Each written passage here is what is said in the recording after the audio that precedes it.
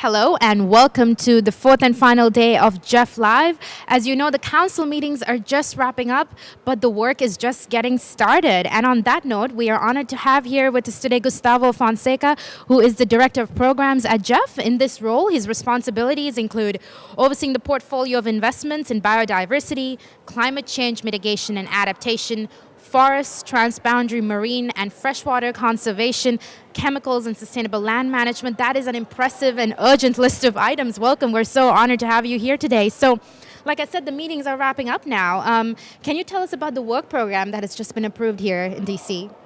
Well, thank you very much for the introduction. Indeed, the work program is actually a batch of projects that we bring for the council to approve or not.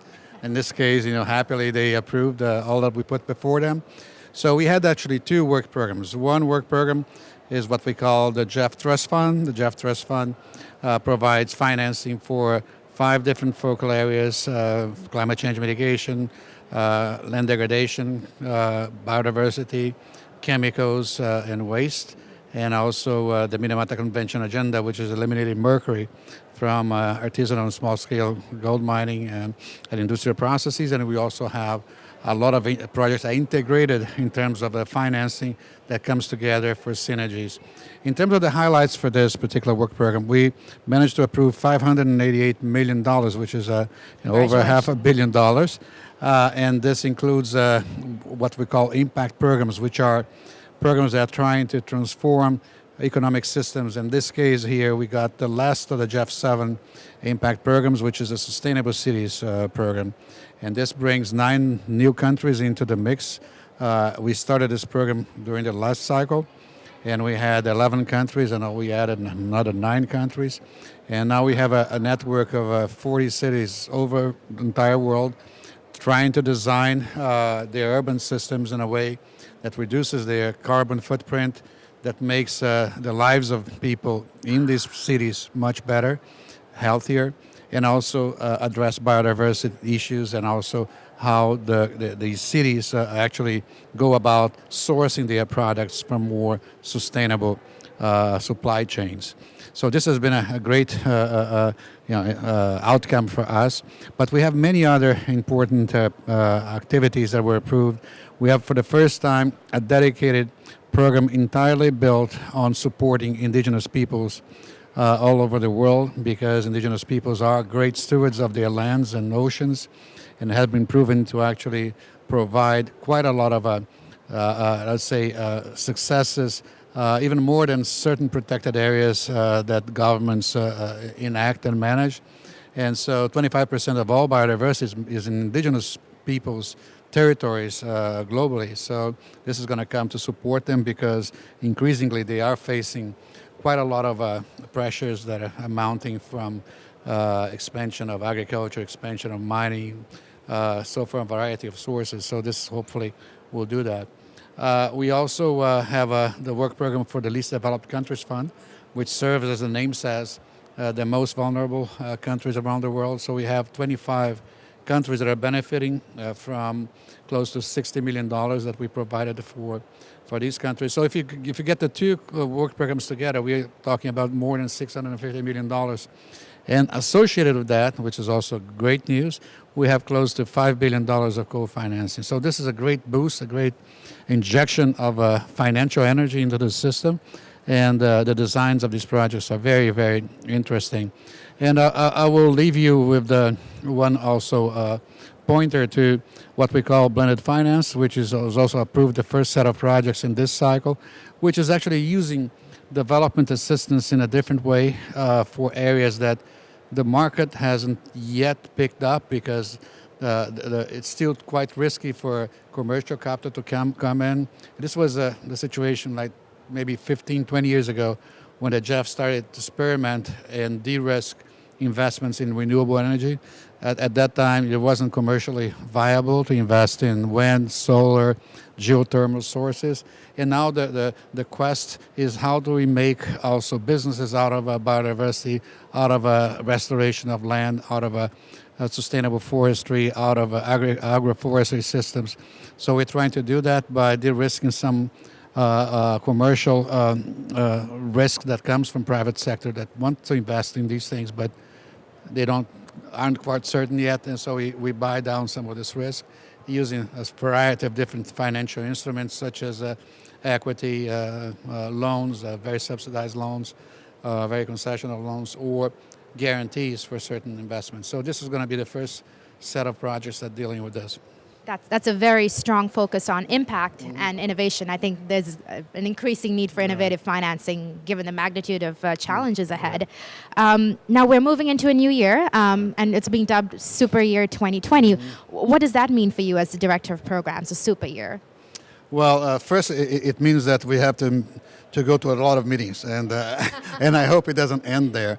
And it's called Super Year because I think, and people think, that it's one of our last chances to make the needle, finally, go to the right direction in terms of bending the curve, in terms of the footprint that we are exerting over the planet, and lead us towards a more sustainable pathway in transforming these systems that are, at the end of the day, threatening the very services that nature provides to humanity. So we have the road on 2020 leads to the CBD COP in Kunming in China, and hopefully at that event there can be kind of a Paris Agreement equivalent moment in which nature rises to the level of importance that climate change has assumed over the past 3 years, particularly since the Paris Agreement was agreed in Paris a few years ago. So, but to get to that point, we need to mobilize society, and we need to mobilize, in particular, the business sector. And one of the things that really made what we call the 1.5 degree goal for Paris Agreement happen was that it's easily translatable into business processes, into corporate goals, and people can start to act on that. Biodiversity is more complicated, nature is more complicated, but we hope that getting these coalitions of interested stakeholders that again involve businesses, involve academia, involve development institutions and DFIs like ourselves, we can get to a sweet spot in which the right stakeholders are around the table. It's not just governments negotiating the least common denominator, which is not going to be what we want. So there will be several meetings in the middle. There will be the IUCN General Assembly in Marseille in June.